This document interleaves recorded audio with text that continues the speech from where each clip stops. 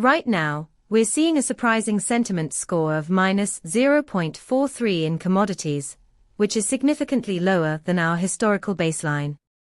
This is a notable shift, especially considering the momentum is positive at plus 0.32.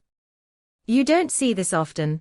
A negative sentiment coupled with positive momentum signals that there might be hidden opportunities beneath the surface.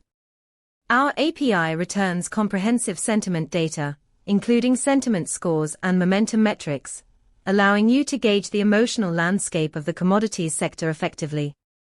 Imagine you're building an algorithm to identify potential buy signals. This kind of data can help you filter out noise and focus on actionable insights. Ready to dive deeper?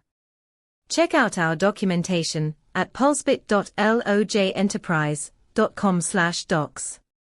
Let's unlock the potential of commodities sentiment together.